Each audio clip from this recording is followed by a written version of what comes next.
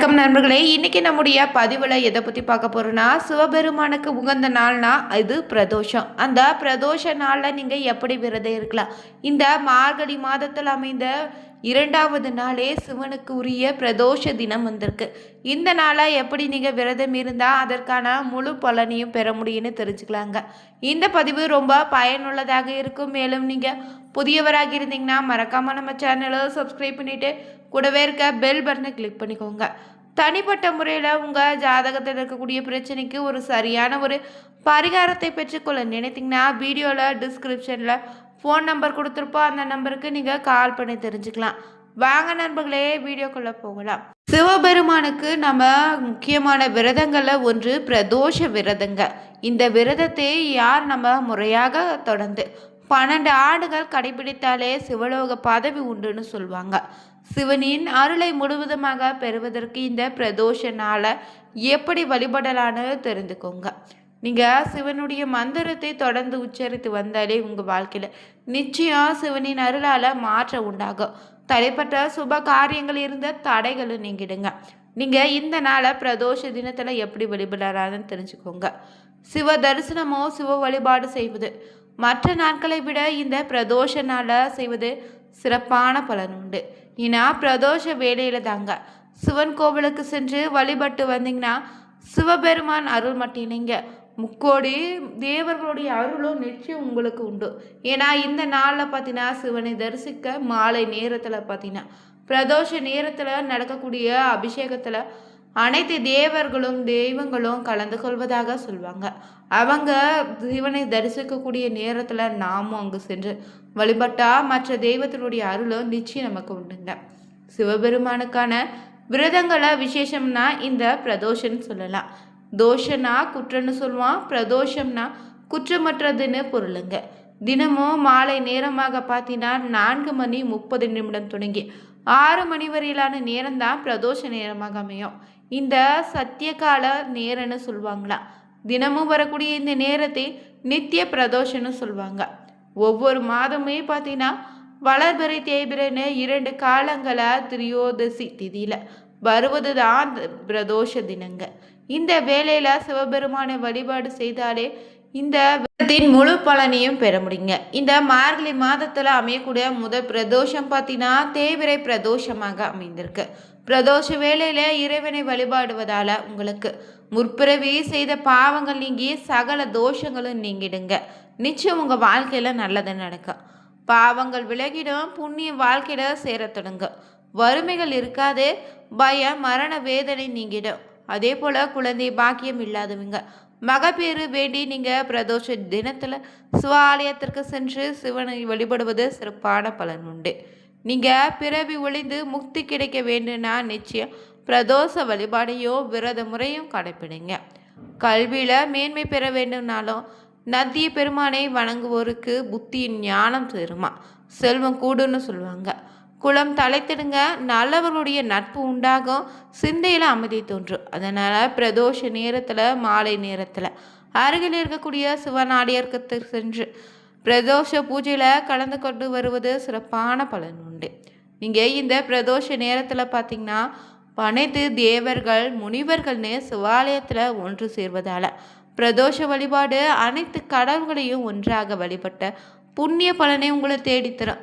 இந்த மார்கழி மாதத்தில் தான் ராமபிரான் பார்த்திங்கன்னா நான் மார்கழி மாதத்தில் பிறப்பேன்னு சொல்லியிருக்கக்கூடிய இந்த நேரத்தில் நான் பார்த்திங்கன்னா பிரதோஷ தினத்தில் நீங்கள் மாலை நேரத்தில் சிவன் கோவிலுக்குள்ள நடக்கக்கூடிய பிரதோஷத்தில் கலந்து கொள்வது சிறப்பான பலன் உண்டு. கார்த்திகை அடுத்ததாக மார்கழி அமைந்த இந்த பிரதோஷ நாளில் நீங்கள் விரதம் இருந்து வழிபடுவதா உங்கள் வாழ்க்கையில் இருக்கக்கூடிய பலவிதமான பிரச்சனைக்கு ஒரு நல்ல தீர்வாக அமைங்க. இந்த நாளில் அதிகாலை எழுந்து நீராடிட்டு சிவன் கோவிலில் சுவாமிக்கு முன்னால் இருக்கக்கூடிய நந்திக்கு நீங்கள் அருகம்புல் மாலை சாத்தி சிவப்பு அரிசியில் நெய்வேத்தியம் செய்து வழிபடுங்க. நெய் விளக்கேற்றி வழிபடுவது ரொம்ப நல்லது. முதல்ல நீங்கள் சிவபெருமானையும் பிறகு நந்தி தேவரையும் வணங்கி வழிபடணும். பின்னர் தாங்க இடமாக சென்று சண்டிகேஸ்வரரை வணங்கிட்டு சென்ற வழியே திரும்பி வந்து மீண்டும் சிவன் நந்தியை தரிசிக்கணும். தோஷ நேரத்தில் சிவன் ஆலயத்துக்கு நீங்கள் செல்லும் போது பார்த்தீங்கன்னா வில்வத்தால் அர்ச்சனை செய்திடுங்க. ஒரு கைப்பிடி காப்பரிசி, ஒரு பிடி வன்னி இலை, ஒரு பிடி அருங்கம்புல் இன்னும் வைச்சிட்டு நந்தியின் கொம்புகளுக்கு இடையில வைத்து அர்ப்பணித்து விளக்கேற்றி நந்தியோ சிவனை வணங்கினாலே சனி பகவானால் உண்டாகக்கூடிய சகல துன்பங்களும் உங்களை விட்டு விலகிடும். அதே போல பிரதோஷ நேரத்தில் நந்தி பெருமானுக்கு காப்பரிசி நெய்வேத்தியம் செய்வது சிறப்பான பலனை தரும். பச்சரிசி பைத்தம்பருப்பு தண்ணீரில் ஊற வைத்த பிறகு அதை வடிகட்டி வெல்லம் தேங்காய் பூ சேர்த்து காப்பரிசி தயாரித்துக்கோங்க.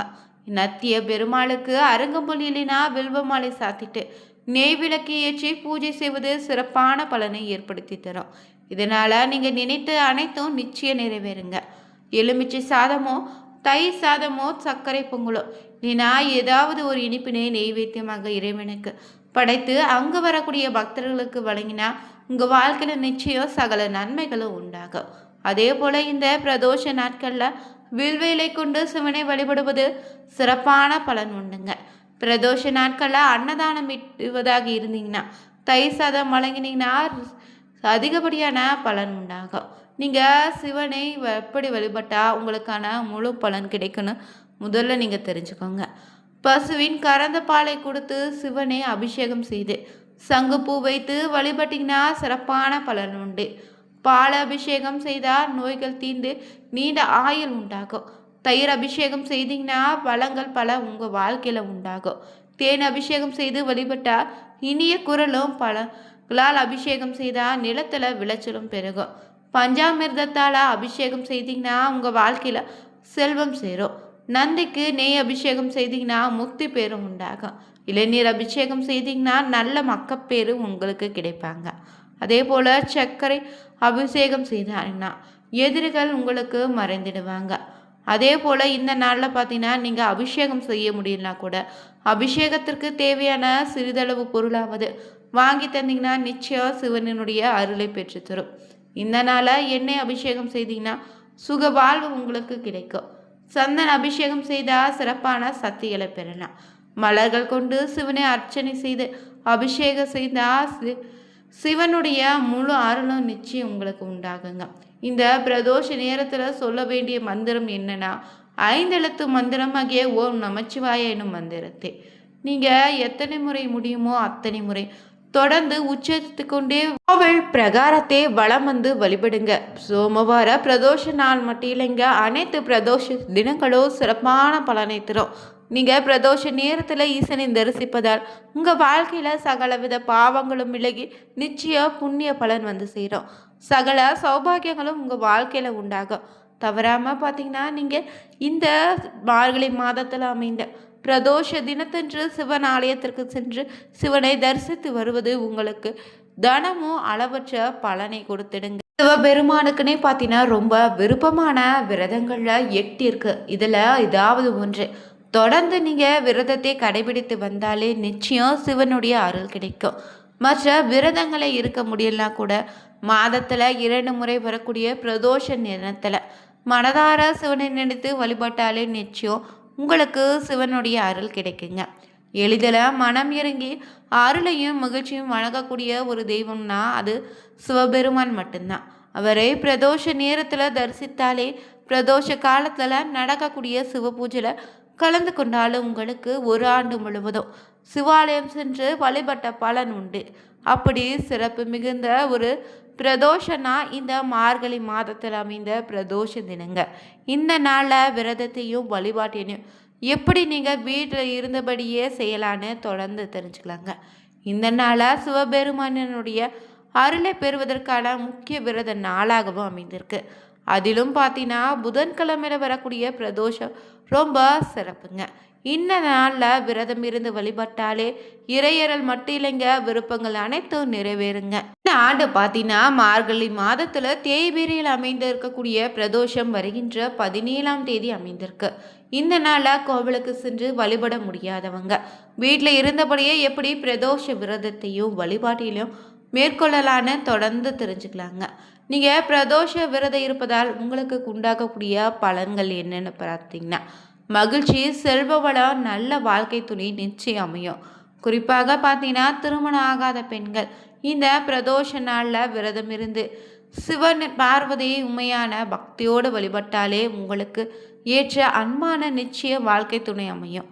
அதே போல் இந்த பிரதோஷ நாளில் சனி பகவானோடு ரொம்ப நெருங்கிய தொடர்பு கொண்டதாக இருப்பதால் நீங்கள் இந்த நாளில் சனி தோஷம் ஜாதகத்தில் சனியின் பாதிப்பு காரணமாக பலவிதமான துன்பங்களை அனுபவித்தீங்கன்னா இந்த நாளில் இருந்து வழிபடுவதால் பார்த்தீங்கன்னா உங்கள் வாழ்க்கையில் இருக்கக்கூடிய துன்பங்கள் நீங்கி வாழ்க்கையில் அமைதி செல்வம் மகிழ்ச்சி நிச்சயம் உண்டாகும். இந்த நாளை வீட்லேயே பார்த்தீங்கன்னா எப்படி விரதம் இருக்கலாம்னா அதிகாலையில் பார்த்தீங்கன்னா சூரிய உதயத்திற்கு முன்னாடி எழுந்து குளிச்சுட்டு புண்ணிய நதிகள்லையும் குளங்களையும் கங்கை தீர்த்தன்னு கலந்த தண்ணீரில் குளித்து ரொம்ப மனதார நீங்கள் தூய்மையாக இருங்க. வீட்டையும் பூஜை செய்யக்கூடிய இடத்தையும் சுத்தம் செய்து வச்சுட்டு பூஜை செய்யக்கூடிய இடம் நறுமணம் மிகுந்ததாக நீங்கள் பார்த்துக்கோங்க. காலையில் வழக்கம் போல் வீட்டில் விளக்கேற்றி வைத்து வீட்டில் இருக்கக்கூடிய சாமி படங்களுக்கு நீங்கள் பூக்களால் அலங்காரம் செய்திடுங்க. முடிந்தால் இந்த நாளில் காலையில் அருகில் இருக்கக்கூடிய சிவன் ஆலயத்திற்கு சென்று சிவனுக்கு தண்ணீர் பால் தேன் தயிர்னே அபிஷேகம் செய்யலாம். இல்லைன்னா அபிஷேகத்திற்கு தேவையான பொருட்களை வாங்கி தரலாங்க. குறிப்பாக சிவனுக்கு மிகவும் விருப்பமான வில்வ இலையை படைத்து வழிபடுவது கூடுதல் பலனை இந்த நாளில் உங்களுக்கு பெற்றுத்தரும். இந்த நாள் முழுவதும் சிவனுடைய மந்திரமான ஓம் நமச்சிவாய எனும் மந்திரத்தை சொல்லிக்கொண்டே இருங்க. மாலை நேரத்தில் பிரதோஷ வேளையில் ஒரு மணப்பலகை மீது சாமி சிலையிலேனா படம் வீட்டில் வச்சுருப்பீங்க, அதை பூஜை அறையில் எடுத்து வச்சுட்டு சிவலிங்கம் அல்லது சிவன் சிலையை வீட்டில் இருந்துச்சுன்னா அதையும் நீங்கள் அபிஷேகம் செய்திடுங்க. சிவனுடைய படம் இருக்கக்கூடிய பட்சத்தில் நீங்கள் அதற்கு சந்தன குங்குமம் தொட்டு வச்சு வாசனை மலகரால் நீங்கள் அலங்காரம் செய்துக்கலாம். பிறகு நெய் விளக்கு ஏற்றி வைத்து தீப தூபங்களை காட்டி நீங்கள் வழிபடுங்க. இதனால் வீட்டில் பார்த்தீங்கன்னா நேர்மறையான ஆற்றல் பருவத்தோடு சிவனுடைய அருள் நிச்சயம் உங்களுக்கு உண்டாகும். முடிந்தவங்க இந்த நாளில் பிரதோஷ நாள் முழுவதுமே முழு உபவாசமாக இருந்து விரதத்தை கடைபிடிக்கலாம். முடியாதவங்க பால் பழம் சாப்பிட்டு விரதம் காலை நேரத்தில் வீட்டிலேயே சிவனுக்கு பூஜை செய்து உங்களுடைய விரதத்தை நிறைவு செய்துக்கோங்க. வீடியோ பிடிச்சிருந்தா லைக் பண்ணுங்கள், ஷேர் பண்ணுங்கள், கமெண்ட் பண்ணுங்கள். மறக்காமல் சேனலை சப்ஸ்கிரைப். அனைவருக்கும் நன்றி நண்பர்களே.